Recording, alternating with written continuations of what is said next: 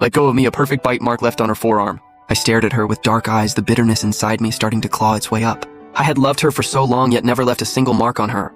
While Nathan had covered her neck in hickeys, Vanessa, do you really have the nerve to question me? I wiped the blood from the corner of my mouth and said coldly, all these years I lost count of how many guys you had rumors with. What about my dignity? Vanessa shot back without missing a beat. You brought this on yourself? Did anyone force you to marry me? No, they didn't back then. Nobody could have stopped me. I would have fought anyone who tried. Yeah, I brought it on myself. I held her gaze and said each word slowly, but people change. I am over it now. Is that a problem? Yes, it is. Vanessa's voice was as cold as ever. You made your choice. Now you deal with the consequences. I suddenly laughed. Vanessa, I bet you anything you will be the one asking for a divorce. She looked at me with cold, empty eyes. Kyle, what kind of fantasy is that? I sighed. Just watch, you will let me go. I turned to head home, but Vanessa snatched me up like a hawk grabbing a chick and shoved me effortlessly into her car. No. I am not going back to the house. Open the door, I protested loudly. She completely ignored me and the car sped toward the villa. I glared at her. I need you to drive me back. I left something there. What did you leave? She asked flatly. My herbal medicine. Vanessa's expression shifted instantly. Are you terminally ill? This woman had zero social skills. I laughed a little. No, nothing like that. Just trying to put on some weight and take care of myself. Glow up a little, but to my surprise hearing that, Vanessa's face went even darker.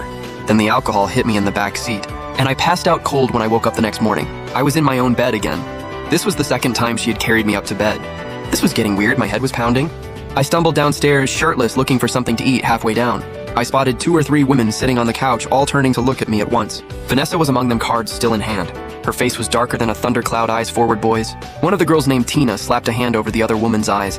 I scrambled back upstairs to put on a shirt, cursing Vanessa out in my head about 800 times what had gotten into her lately. Was she possessed or something? She kept showing up at the house every few days. By the time I got dressed and came back downstairs, the card game was over.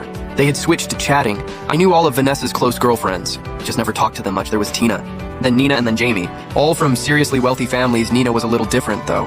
Instead of going into her family's company, she chose medicine. Every one of them knew Vanessa had no feelings for me in their eyes. I was never her husband last time around. They even helped Vanessa chase Nathan, except Nina. The 3 of them watched me come downstairs, then watched me walk into the kitchen. Nobody said a word. I made myself a bowl of noodles like they weren't there. Let's go. Vanessa stood up and said to the other 2. Tina and Jamie nodded and followed Vanessa out soon after the sound of car engines faded outside. I paid zero attention to their exit. Finished breakfast, got myself together quickly and headed to the hospital. Today was mainly for a checkup and to swing by and see Lily. After checking in, I went through the tests for the brain cancer I had last time around. Thankfully, nothing major showed up. I pocketed the results and turned to go see Lily. Just then, a male nurse spoke up shyly. Dr. Nina, shift is over. Want to grab dinner? Not far away. Nina stood in her white coat, her face cool and composed, but who would have guessed? Last time around, she had fallen completely head over heels for Nathan, too. I walked past them and headed to Lily's room only to find Nathan was there again. Nathan, your girlfriend just has a minor leg injury. Her hands are fine, she can feed herself, Lily said with a mouthful of apple he was feeding her anyway. Why are you so against me spoiling you a little? I cleared my throat and broke up their little moment. Bro, Kyle, you are back again. Lily looked surprised. Nathan immediately stood and offered me his seat up close. That face was even better looking. Suddenly I thought of Nina, and the next second I grabbed Nathan and pulled him out into the hallway. Bro, what is going on? Nathan looked startled, but Nina was already gone. I sighed in disappointment. If Nina had met Nathan first, would things have turned out differently? So I gave Nathan a smile and said, never mind. I was going to introduce you to a girl doctor, that was it. I sent Nathan back in and didn't stick around. Just headed out on the way home. I stopped by the pharmacy for a fresh batch of herbal medicine, then called Tyler. Did you find the housekeepers? Yes, sir. I'm actually on my way to your place with them right now. Half an hour later, I got back to the villa.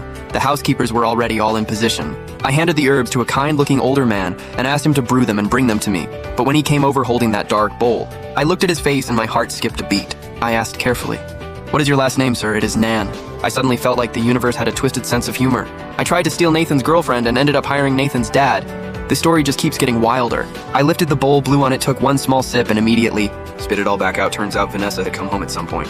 She was standing in the doorway, changing her shoes, a flicker of disgust crossing her face. "If you can't drink it, just don't." I wiped my mouth and shot back. "Why do you even care? Why are you back again?" "This is my house too, you got a problem with that?"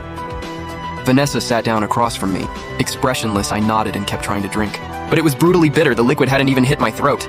Before I sprayed it out again, this time was worse. Some of it splashed right onto Vanessa's face and shirt.